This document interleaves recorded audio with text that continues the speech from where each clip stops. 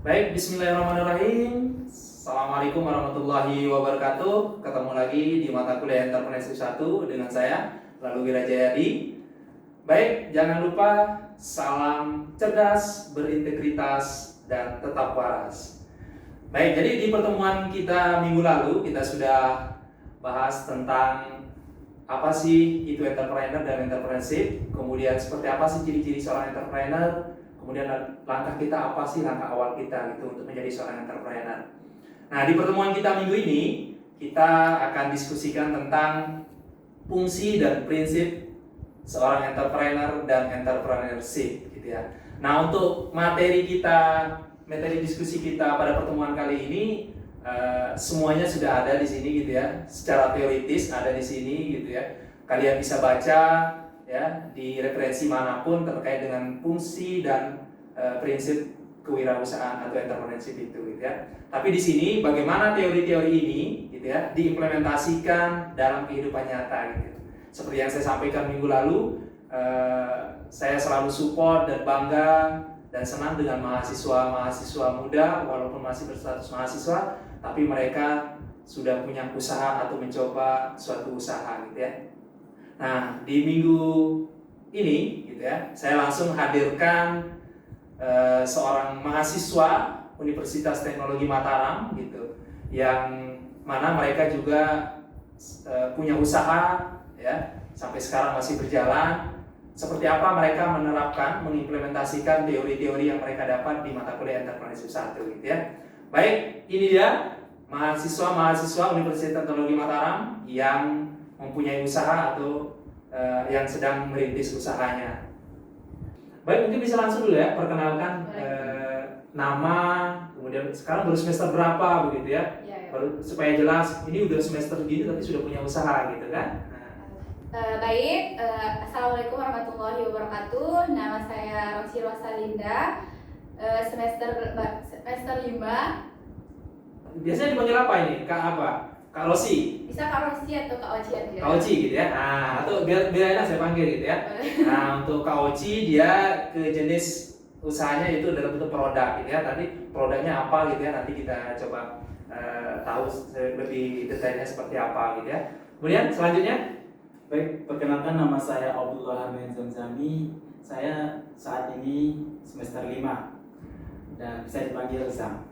Zam. Jadi Kak Zam ya? Iya, Kak Zam. Kalau Zam ini jenis usahanya? Jasa Gitu ya? Oke. Jadi tepat gitu ya, seperti yang saya sampaikan tadi, ada yang jenis usaha produk dan ada yang jenis usaha jasa gitu ya. Baik, Kak Oci dan Kak Zam ya gitu ya. Jadi saya ini untuk materi fungsi dan prinsip seorang entrepreneur dan entrepreneurship itu adalah berkaitan dengan motivasi kewirausahaan ya. Itu sub pokoknya itu berkaitan dengan motivasi kewirausahaan. Nah, di sini saya pribadi dan adik-adik yang khususnya semester 1 sekarang yang menempuh mata kuliah Entrepreneurship 1 ini ingin dapat motivasi dari Kak Oci dan Kak Zam gitu ya. Baru semester 5 gitu ya, sudah punya usaha gitu, mau mencoba merintis usaha gitu ya, padahal statusnya masih mahasiswa gitu ya. Yang pertama, di pikirannya apa dulu gitu, sehingga saya membuka usaha ini gitu. Saya Pak pribadi, sebelumnya saya sebelum membuka usaha ini kan di lingkungan saya belum terlalu banyak untuk membuka usaha yang seperti ini. Tapi yang saya lihat peluang usaha untuk saya membuka usaha ini besar. Jadi saya mencoba untuk mengembangkan usaha yang saya jalankan saat ini. Sebenarnya untuk produk saya ini Pak sederhana aja, tapi untuk kita mencoba untuk membuka usaha. Iya, nama produknya apa kan? Nama produk itu bisa dikenal sambal gero atau sambal cengkeh, bisa juga. Ada juga banyak varian rasa juga dari produk yang saya jalankan Pak. Biasanya kan banyak kita temuin produk yang kayak gini, tapi mungkin orang tidak pernah berpikir untuk membuka usaha seperti ini. Itu jadi ya awalnya gitu muncul ide ide, untuk buat ya Pak. usaha ini gitu buat ya. ide usaha seperti ini. Iya benar gitu ya. Jadi idenya itu muncul dari lingkungan sekitarnya gitu ya. Iya, Muncul dari Pak. lingkungan sekitar Ya. gitu ya. Akhirnya udah orang-orang hanya bisa hanya bisa buat gitu ya, tapi belum bisa memasarkan, bisa jadi gitu ya. Akhirnya muncul ide itu untuk buat usaha ini. Bagus gitu ya. Kalau Kazam gimana? Baik, sebelumnya saya membuat usaha jasa di bidang desain ya. Iya. Jadi bagaimana kebetulan saya kan kuliah di Universitas Teknologi Mataram. Iya. Ya tentunya terkait desain itu tidak asing ya bagi kita. Jadi bagaimana saya mengimplementasikan secara langsung apa yang saya dapat di kampus. Iya. Nah jadi saya membuka usaha jasa desain. Nah di sini kenapa saya terpikir untuk membuka jasa desain? Karena saya terlintas dalam benak saya dalam kemajuan teknologi saat ini banyak kemudahan. Jadi orang itu tidak mau dipersulit gitu, atau mau instan gitu. Salah satu contohnya dalam melamar pekerjaan kita CV ya. Saya menerima jasa desain CV. Bisa dilihat centraldesign.id gitu kan. Dan sekarang sudah 43.000 followers ya, bisa dilihat. Dan selain itu karena saat ini perusahaan untuk menindaklanjuti lamaran itu harus dilihat kan bagaimana CV-nya. Kalau menarik ya ditindaklanjuti. Nanti kalau CV-nya tidak menarik kan tidak mungkin sedikit peluang untuk ditindaklanjuti. Nah selanjutnya di jasa ini saya membuka jasa vektor. Biasanya anak zaman now sekarang ini kan bagaimana memberikan hadiah kepada orang, misalnya kekasihnya gitu kan, seperti vektor ini kan buat ulang tahun atau wisuda kan pacarnya kayak gitu. Itulah salah satu alasan Jadi awalnya di awalnya muncul membuat usaha ini. membuat usaha ini. Oke, baik. Jadi itu dia tadi memang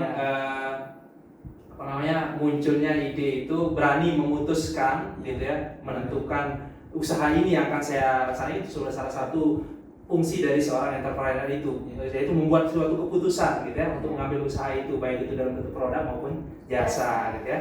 Nah, itu salah satu fungsinya. Kemudian yang kedua juga, selain dia mampu membuat suatu keputusan gitu ya, usaha apa yang akan dia usahakan gitu kan, dia juga harus tahu tentunya harus risikonya seperti apa gitu kan. Nah sekarang kan kebanyakan dari mahasiswa kita juga gitu ya, siapa tahu ada yang ingin usaha juga atau siapalah gitu, selalu juga mempertimbangkan risikonya gitu ya.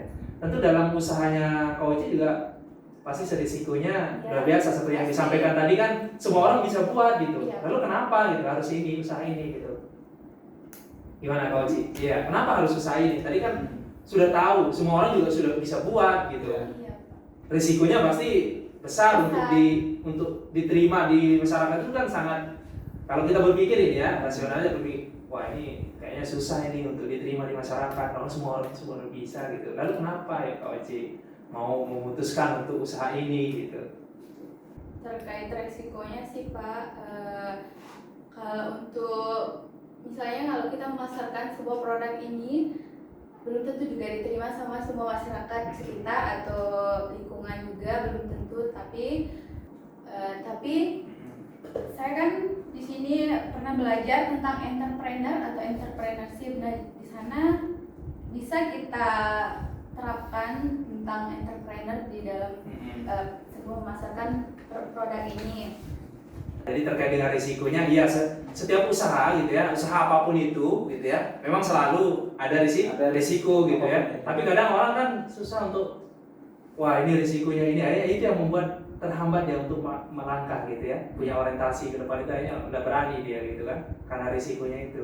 Gimana Kak Zam terkait dengan usahanya? Terkait dengan resiko ya jelas pasti ada, semua apapun itu pasti ada resiko kan, apapun yang menjadi sesuatu yang diusahakan diusahakan pasti ada resiko, termasuk saya di bidang jasa ini. Kenapa resikonya seperti apa saja? Salah satu contohnya, mungkin semua orang bisa ya melakukan apa yang saya lakukan.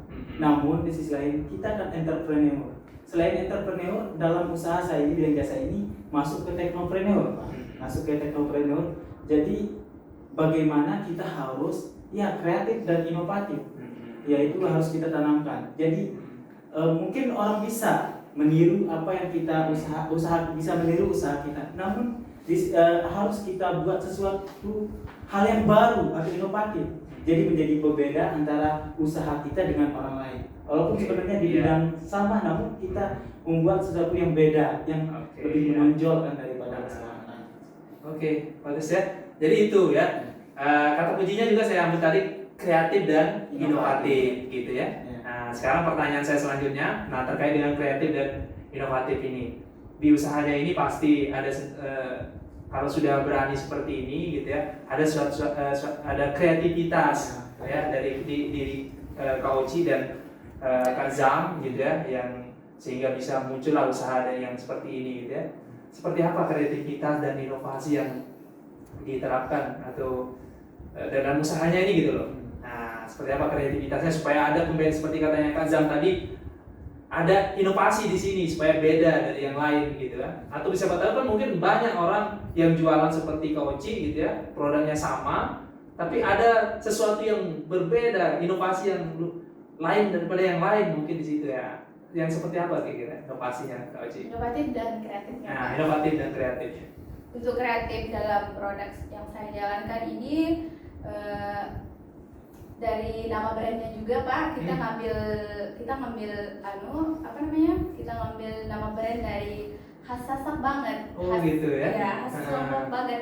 Jadi kan orang banyak yang buat produk yang seperti Oci buat, tapi untuk nama brandnya mempunyai ciri khas Pak. Oh gitu Mempunyai ya? ciri khas ya. Mempunyai ciri khas. Nama Sasak dari brandnya kan namanya Pawadina. Boleh kita sebut Pak? Oke, boleh, nggak apa-apa. Dari brandnya kan Pawadina. Jadi pawonnya itu kan Oci ambil dari kata pawon, itu kan dapur Pak. Terus dari Ina itu rasa sayang kita ke ibu gitu. Kita ambil Pawadina, Ina itu jadi ibu. Nah di sana saya berinisiatif untuk mengambil nama brand atau membuat brand di nama produk saya itu Pawon Ina Pak. Terus untuk inovasinya di produk saya banyak Bu. Di produk saya mempunyai berapa produk? Ada ikan cakalang juga termasuk. Nah di ikan cakalang itu yang kita tahu kan ikan itu banyak mengandung vitamin gitu. Sama sambal cengkeh atau sambal gero ini kita utamakan karena dalam ikan itu kan banyak mengandung vitamin juga. Jadi konsumen kan berpikir oh ini punya vitamin juga untuk ikan cakalangnya gitu. Kalau Kak Zam gimana? Kreatif dan inovasi. Ya, kreativitas dan inovasi yang tentunya kan karena saya usahanya di bidang jasa desain ya. Kata desain aja kalau nggak kreatif mungkin nggak bisa jalan ya. Dalam usaha itu kan kita harus memang menggali diri kita. Jadikan suatu usaha itu menjadi hobi. Itu akan makanya di saat menjadi hobi kan bisa jadi teman gitu kan. Nah terkait kreatif, nah bagaimana kita membuat sesuatu desain, misalnya desain itu salah satunya kan vektor yang kita ketahui. Vektor banyak berbagai macam desain Pak. Vektor, WPAP yang sering kita tahu, dan banyak kan tipe-tipe desain itu. Jadi bagaimana kita kolaborasikan, saya sering sekali kolaborasikan antara dua teknik desain Pak. Antara dua teknik desain, antara vektor dan WPAP. Bagaimana teknik ini bisa berkolaborasi, ini menjadi salah satu kreatif ya di bidang jasa saya. Kemudian untuk inovasi itu sesuatu yang baru. Tentu dengan kreativitas kita sendiri itu menjadi inovasi untuk kita gitu kan, menjadi pembeda atau hal yang baru dibanding dengan jasa-jasa desain yang lain. Gitu Pak. Ya. Oke ya. Baik. Ini luar biasa ya. Luar biasa dari Kakak Oci dan Kak Zam ini terkait dengan usaha yang mereka usahakan gitu ya. Nah ini usahanya ini kan mungkin adik-adik gitu ya juga ada yang punya usaha, dan ya bisa juga ya kayak Kak Oci dan Kak Zam ini bisa kita usahakan seperti mereka gitu ya. Nah untuk perkembangan usahanya yang seperti apa sih sekarang gitu ya, perkembangan usahanya ini gitu sampai sekarang ini gitu ya, terkait dengan usahanya yang sekarang yang sedang diusahakan ini gitu ya. Perkembangan usaha yang saya jalankan jalankan saat ini kan Pak, Oci baru mulai 2 bulanan kayaknya. 2 bulan? Ya, 2 bulan, dan alhamdulillah kalau kita mencoba atau berusaha, insya Allah, alhamdulillah sekarang saya banyak reseller. Saya juga nggak nyangka Pak, banyak reseller. 2 bulan ya? 2 bulan. Luar biasa. Jadi ada harus Biasa. mencoba, jangan takut kalau punya usaha, harus berani mengambil resiko Pak juga. Dosen-dosen juga bisa menerima produk yang Oci jalankan atau Bahkan dosen-dosen UTM juga Alhamdulillah, banyak gitu ya? banyak. Biasa. Wah, luar biasa gitu ya. dan sebelumnya kan belum dikenal, terus Hmm. pas Oci ditahu punya usaha, nah alhamdulillah sekarang punya reseller di Sumbawa besar, Kalimantan Timur juga ada. Kalimantan? Kalimantan Wah, Timur luar juga biasa ya, ada. sampai kayak Kalimantan. Kalimantan Timur juga ada, Hmm. Sumbawa, dan belum juga Lombok Pak. tapi untuk ke pusat oleh-oleh kita masih berusaha untuk bisa kita taruh produknya. Iya, tapi orientasinya pasti Pak. Anda selalu punya orientasi ke depan seperti itu gitu ya. Wah, luar biasa kan. Kalau Kazam seperti apa sekarang? Perkembangan usahanya yang kayak Uci tadi udah 2 bulan merintis usahanya, tapi sekarang sudah punya reseller yang luar biasa begitu ya. Kalau Kazam di bidang jasa ini seperti apa? Kalau saya sejarah ya, bisa dikatakan sejarah. Saya memulai merintis usaha ini mungkin dari setelah SMK. Karena saya setelah lulus Lama SMK berarti ya? setelah lulus SMK saya kerja 1 bulan dulu di salah satu perusahaan digital printing. Saya 1 bulan. Nah setelah itu saya masuk kuliah ke sini, jadi saya berhenti. Jadi sembari saya kuliah, saya mengerjakan banyak usaha di bidang desain, misalnya spanduk gitu, banner, sering saya editan dan lain sebagainya. Dan sekarang saya lebih fokus ke desain vektor dan CV. Nah, terkait perkembangannya, alhamdulillah diterima oleh banyak orang. Bukan apa-apa sih, mohon maaf, terutama terkait CV ya. Terkait CV itu orang yang buat itu orang-orang luar biasa. Ada yang profesor, ada yang dari kuliah di UI, dan akan di saya itu saya menerima kayak bisa apa ya, mau seperti apa gitu, CV-nya seperti apa, ada apa ya istilahnya, bisa request gitu, bisa request. Kadang ada yang mau pakai bahasa Inggris dan itu luar biasa. Jadi saya lihat di sini diterima oleh orang, ada yang profesor, ada yang kuliah di UI dan ITB, itu luar biasa ya. Biasa. Seperti itu. Tapi memang udah agak lama gitu ya. Udah Agak lama lama. untuk merintis usaha ini. Tidak kayak Kauci tadi ya, baru 2 bulan tapi sudah seperti itu perkembangannya luar biasa. Baik, ini Kazam, Kauci, mungkin pertanyaan terakhir ini pun hasil dari diskusi minggu lalu dari adik-adik itu banyak sekali yang bertanya gitu ya. Adik-adik yang semester 1 sekarang banyak sekali yang bertanya terkait dengan status mereka sekarang kan mahasiswa. Kazam dan Kauci juga mahasiswa gitu ya. Nah, pertanyaan dari adik-adik itu banyak begitu gitu ya. Apa sih usaha yang bisa kita coba gitu ya? Walaupun kita ini masih status mahasiswa, tapi kita seperti Kazam ini gitu, masih bisa berusaha gitu. Selain dari usaha yang Kak Oci dan Kak Zam usahakan gitu, apa saja yang bisa kita usahakan walaupun kita masih statusnya mahasiswa gitu kan ya? Nah, Kak Zam seperti apa ya sebenarnya? Pertama yaitu kita harus lihat peluang ada. Jadi kita harus masuk ke peluang itu. Bagaimana memanfaatkan peluang.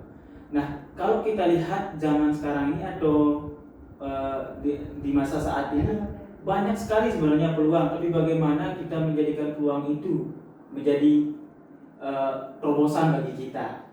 Nah, dan prinsip saya itu orang lain bisa, kenapa kita tidak? Seperti itu. Jadi itu yang menjadi penyemangat buat kita. Terkait kita mahasiswa, bagaimana kita menjalankan usaha?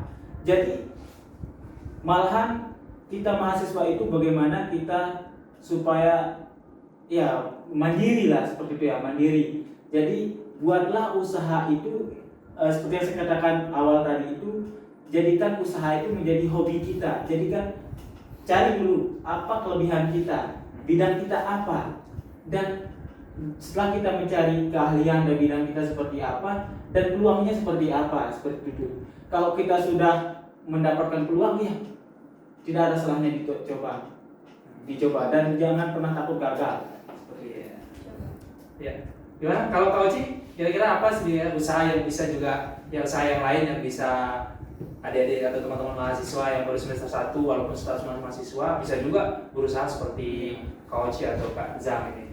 Nah, untuk kan sekarang di masa pandemi kita lihat untuk yang diutamakan pas saya browsing Pak, di sana tuh yang diutamakan untuk kita buka usaha di masa pandemi itu yang cocok UMKM seperti yang saya jalankan atau Oci jalankan itu. Terus kalau untuk adik-adik juga kan bisa membuka usaha seperti online shop Pak, atau UMKM, atau membuat snack atau mungkin adik-adik juga mempunyai ahli di bidang membuat snack itu Pak. Ada lagi Kak Oci? Usaha yang bisa diusahakan oleh seluruh lah gitu ya. Kita ngomong global itu umum gitu ya. Semua orang juga punya peluang untuk membuka usaha ini gitu. Walaupun masih status mahasiswa gitu ya. Intinya kan walaupun kita mahasiswa gitu ya, kalau memang kita punya bisa memilih waktu kita gitu ya, mengimbangi kapan kita harus belajar dan kapan kita memang harus fokus pada usaha kita gitu ya. Ya kenapa tidak kan? Nah mungkin itu yang pengen adik-adik tahu juga, karena Kak Oci dan Kak Zam ini sendiri yang langsung gitu ya, sudah mahasiswa semester sekian gitu, semester 5, tapi bisa juga buka usaha gitu, kuliah sambil berusaha dan sampai resellernya itu sampai luar biasa tadi gitu ya, udah berkembang. Begitu juga dengan Kak Zam gitu ya, yang suka dengan desainnya itu orang-orang yang hebat gitu ya.